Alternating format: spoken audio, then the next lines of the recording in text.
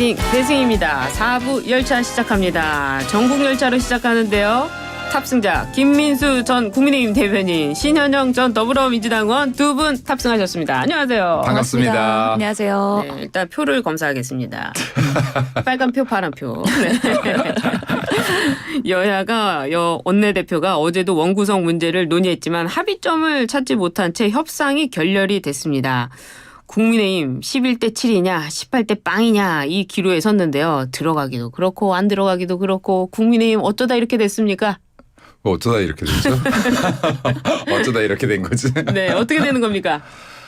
아유, 좀 그래요. 그러니까 뭐 예. 민주주의라는 게 사실 대화와 타협으로 이게 갈등을 해소하는 것이 원칙인데 지금 어쨌든 간에 뭐 민주당이 180 거대 여당으로 밀어붙이고 있는 게 기존의 갈래들을 깨트리고 있는 거잖아요. 뭐 그러니까 어쨌든 최소한 법사위라든지 운영위는 주고 시작해야 되는 것인데 네. 이거를 그냥 받자니 민주당이 만드는 아주 나쁜 갈래를 새로 만드는 인정하는 형태가 되고 또 이거를 또 안 받자니 그건 뭐 애매한 상황이죠. 근데 네. 이게 참 역사가 돌고 돌아서 언젠가는 보면은 이게 또 우리 당이 이렇게 크게 네. 대승하는 국면이 올 거거든요. 그때 민주당이 할 말이 없어지고 이게 나쁜 갈래로 한번 굳어지면은 정말 독식 구조가 계속해서 역사 속에 반복될 수도 있다라는 점에서는 가슴이 아프고 네. 그럼에도 불구하고 뭐 징징대봤자 뭐 하겠어요. 안 줄 건데. 징징대면 뭐 할 거예요. 안 줄 건데. 네. 뭐 우리... 찍어 먹어봐야 이게 된장인지 뭔지 아나요. 안 줄 건데. 그러면 이게 네. 제가 볼 땐 어차피 안 줄 거라고 하면 국민들이 그래도 108석이라는 의석수를 국민의힘에 줬는데 이렇게 무기력하게 앉아있으라고 주지는 않았을 것이다. 그럼에도 불구하고 7석이 됐든 그게 6석이 됐든 8석이 됐든 치고 들어가서 안에서 싸워라. 안에서 예. 싸우고 그리고 그 상임위에서라도 뭐 이게 국회의원으로서의 역할을 할 게 있으면은 하는 것이 맞지 않겠느냐. 그렇다고 뭐 다 배째고 나와가지고 뭐 어떻게 하겠어요. 알겠어요. 그래서 들어가서 싸우면서 우리들이 할 말을 하고 하자. 주장하는 예. 것이 맞지 않겠는가라고 개인적으로는 생각합니다. 민주당 네. 입장에서는 우리들의 사랑으로 소숨에 손을 내미는데 니들 왜 안 받니? 이런 걸까요? 이번 주에는 좀 해결됐으면 좋겠어요. 이게 그래요? 오래 가면 갈수록 네. 국민들도 염증 느끼고 정말 정치가 실종됐구나. 그러니까요. 국회 내에서도 예. 21대보다 22대가 더 최악이다라는 얘기가 벌써 나올 것 같다는 생각이 들어서 예. 서로한테 소실이다. 그리고 아마 양쪽 다 지지율 떨어질 수 있습니다. 이러면. 그래요? 예. 그리고 국회 팩싱되면서 오히려 행정부의 그런 독주가 더 강화될 수 있기 때문에 국회의 기능을 살리는 데 있어서는 머리를 맞대야 된다는 생각이 들어요. 예. 그럼에도 불구하고 사실은 지금 실마리가 안 보입니다. 마치 의료 대란처럼 의정 관계에서 하나도 양보 안 하면서 평행선으로 가면서 계속 네. 이게 결국에는 만성화되면 예. 국민만 피해고 환자만 피해인 거랑 동일한 상황이거든요. 예. 그래서 이번 주에는 어떻게든 해결하자. 그리고 국회 내 민주주의 좀 되살리자. 네. 이런 좀 절체절명 생각 갖고 민주당도 국민의힘도 한 발씩 양보할 수 있는 안이 있는지 고민해봐야 된다고 생각합니다. 그래요. 지금 국민의힘이 민주당이 18개 상임위를 모두 가져가면 계속 보이콧을 하겠다 이런 것 같은데요. 해병대원 특검법 쟁점 법안들이 이제 그 국회에서 올라오면 이걸 어떻게 또 대응을 해야 되는 겁니까, 국민의힘은? 그러니까요. 그러니까 우리 당에서 어쨌든 간에 뭔가 제시를 하긴 했어요. 여기 네. 뭐 법사위 1년씩 번갈아 가면서 하자든가. 뭐 이것도 참 어떻게 보면은 제 개인적으로는 좀 비굴? 아니요. 그냥 예. 참 안타까워 안타깝다. 보인다. 예. 안타까워 보인다는데 그러니까 뭐라도 제시를 하고 있는데 민주당에서 뭐 진짜 꼼짝도 안 해요. 네, 꼼짝도 네. 안 하죠. 그러니까 어떠한 타협안도 내놓지도 않고 중재안도 내놓지도 않고 있으니 이게 타협이 될 수가 없죠. 한쪽 자체가 뭐 일방적으로 계속 밀어붙이는 형국이니 네. 그러면 이제 이거를 계속해서 매달릴 것이 아니라 야, 이 정도 했는데도 어떠한 반응도 없다 그러면 네. 이제 이거는 불가능한 거구나. 뭐 이게 어떻게 할 수 없는 거구나라는 생각을 하고 다음 안으로 넘어가야지 맞지 않겠나라고 보고 특검법도 마찬가지인 것 같아요. 이게 진짜 최상병이라는 이 대한민국의 슬픈 사건 자체를 억울한 죽음을 어떻게든 간에 뭐 밝혀보자보다는 네. 이거를 어떻게 해서든지 간에 좀 정치적으로 정쟁적으로 이용하자. 네. 에 가까운 것이고 그리고 이게 어떻게 보면 폐기가 됐던 법안이잖아요. 그런데 그걸 이틀 만에 다시 또 이렇게 제출한다는 것 자체가 이게 정쟁적일 수밖에 없다라는 말씀도 좀 드리고 싶고 그렇습니다. 네. 네. 추경호 원내대표가요. 민주당 주도로 진행된 해병대원 특검법 청문회를 두고 광란의 무법지대였다 이렇게 비판을 했습니다. 민주당은 새로운 의혹이 다수 제기됐기 때문에 특검법 통과가 필요하다 이렇게 주장하고 있는데 어떻게 보셨습니까? 예.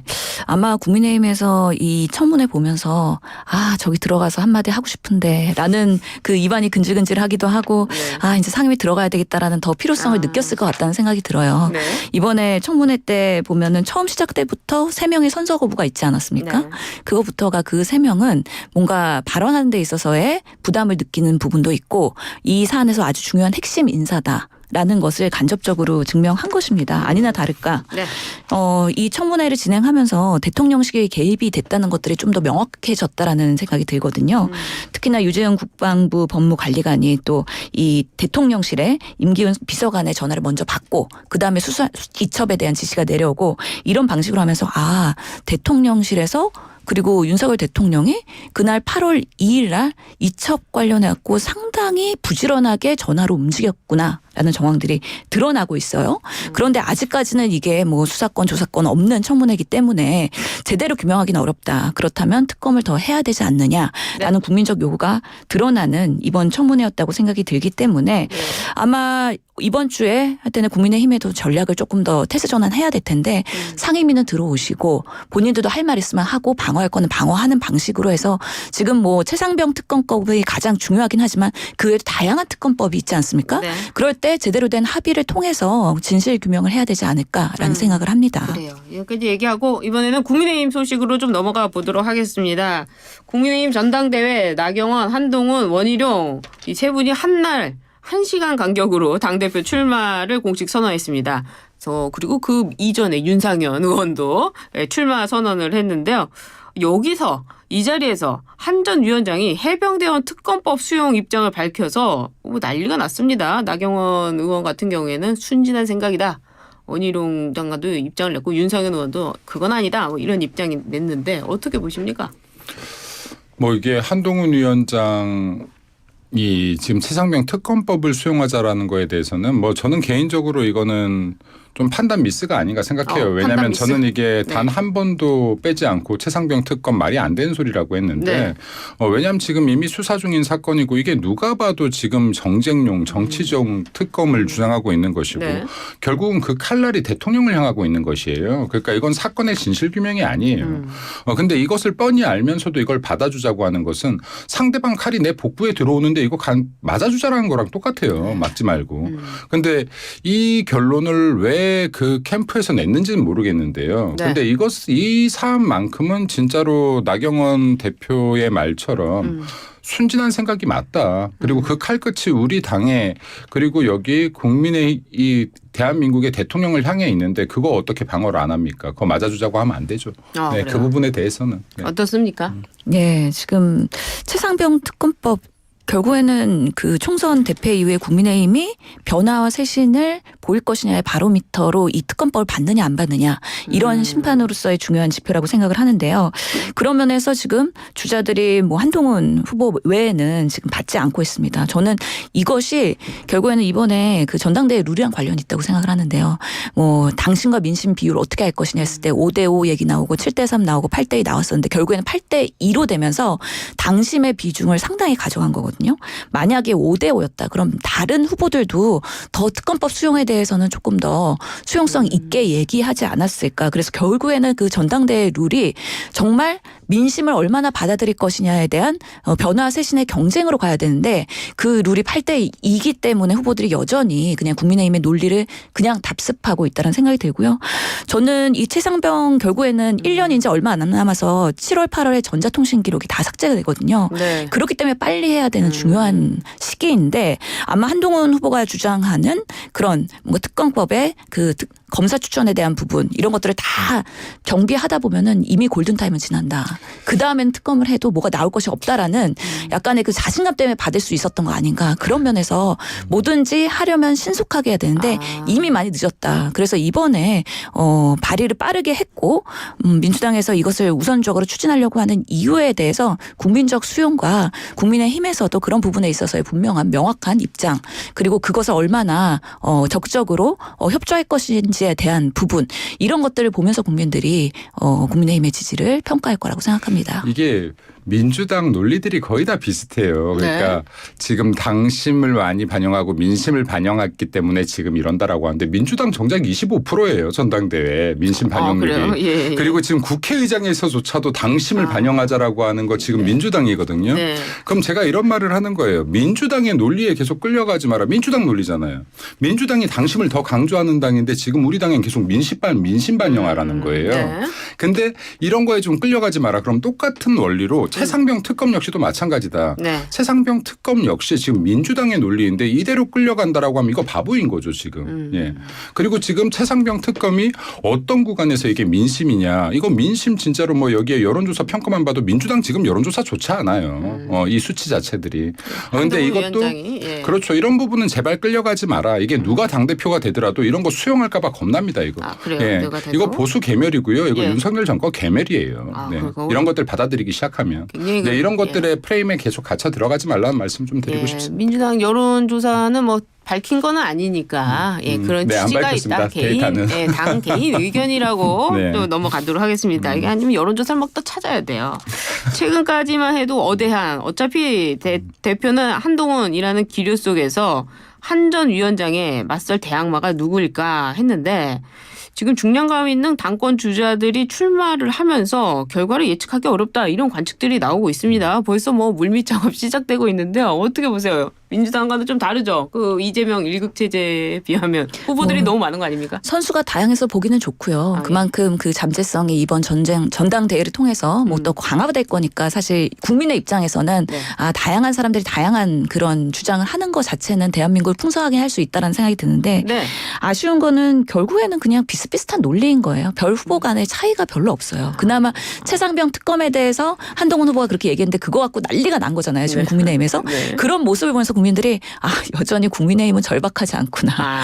예전에는 정말 이준석 그 젊은 정치인을 당대표로 데려올 만큼 변화 쇄신의 의지가 강했는데 이번에는 별로 좀 나이브해 보이고 네. 별로 신선하지 않다라는 얘기가 분명히 나오는 부분도 있고 특히 어제 그런 출마 선언들 보면서 결국에는 또 개파 얘기 아닙니까? 누가 친윤이냐 비윤이냐 이런 거 가지고 대통령이랑 전화 누가 했느냐 그런 부분에 있어서 국민들이 원하는 건 결국에는 지금 윤석열 정권 3년 남았는데 정말 이 3년을 제대로 운영할 수 있겠느냐에 대한 걱정과 우려가 많거든요.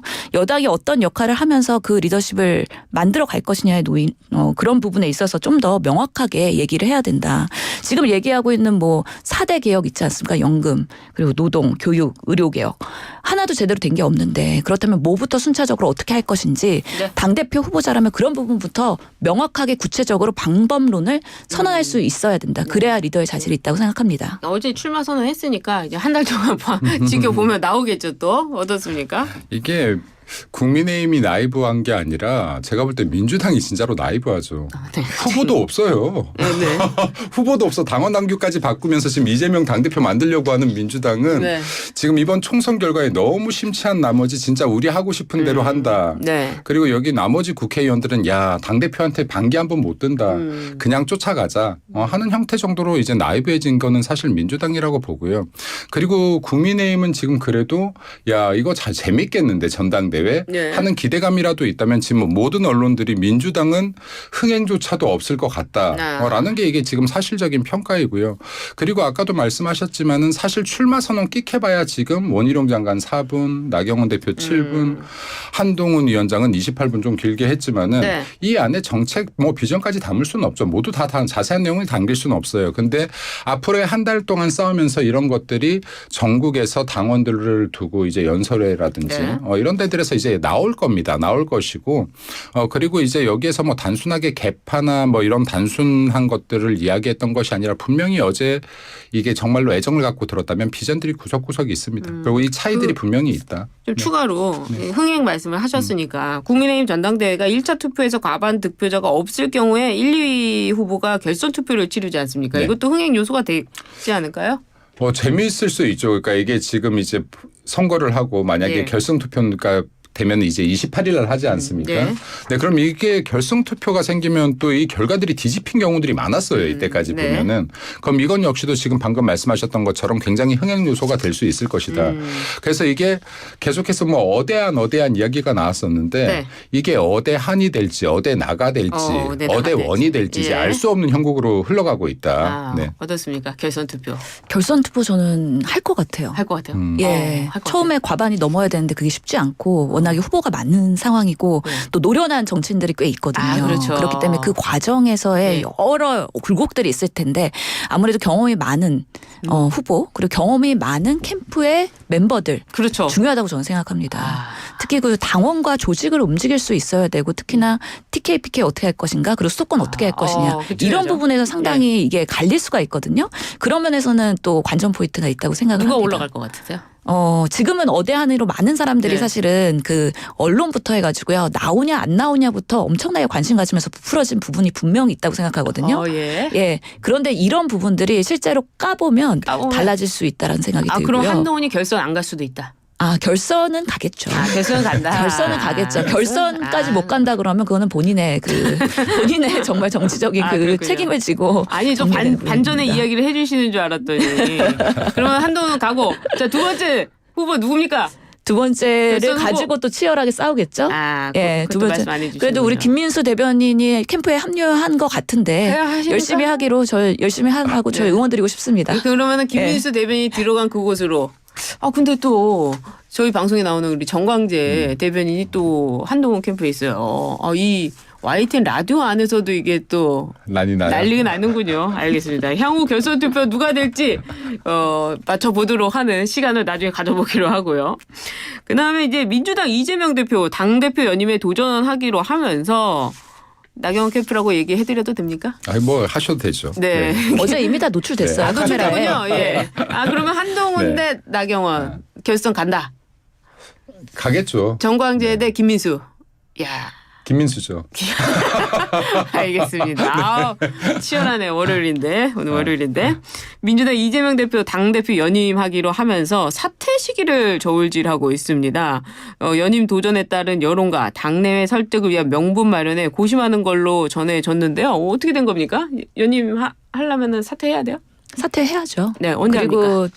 그 타이밍을 보고 있는데 네. 아마 이번 주에 뭐 그래도 결단을 하게 되면 발표를 하시지 않을까 싶은데 이번 주. 조금 계속 지연되고 있습니다. 근데 여러 가지 좀 내부의 사정이 있어서 그런 걸로 알고 있긴 한데요. 내부 사정 뭡니까? 때문에 검토나 방향성에 있어서는 크게 달라지진 않을 것 같습니다. 내부 사정 뭐 있을 게 있나요? 다 마음이 하나인데? 예, 뭐 그래서 타임라인을 한번 보고 계시는 것 같고요. 네. 예, 그런 부분에 있어서 저희는 사실은 국민의힘보다는 좀 흥행 요소는 없는 건 사실인데 그냥 안정된 체제로서 지금의 국회의 운영과 그리고 대한민국의 제1당으로서 책임감을 아마 총력을 다해서 원내에서 여러 민생 법안이나 이런 것을 하는데 네. 쏟았으면 좋겠다는 생각이 듭니다. 민주당도 관전 포인트와 제가 볼 때 재미가 있어요. 지켜보는데. 그래요. 그러니까 이제 뭐 이게 민주당 내에서도 나온 말이지만 명시황제라고 했는데 명실 황제. 명시황제.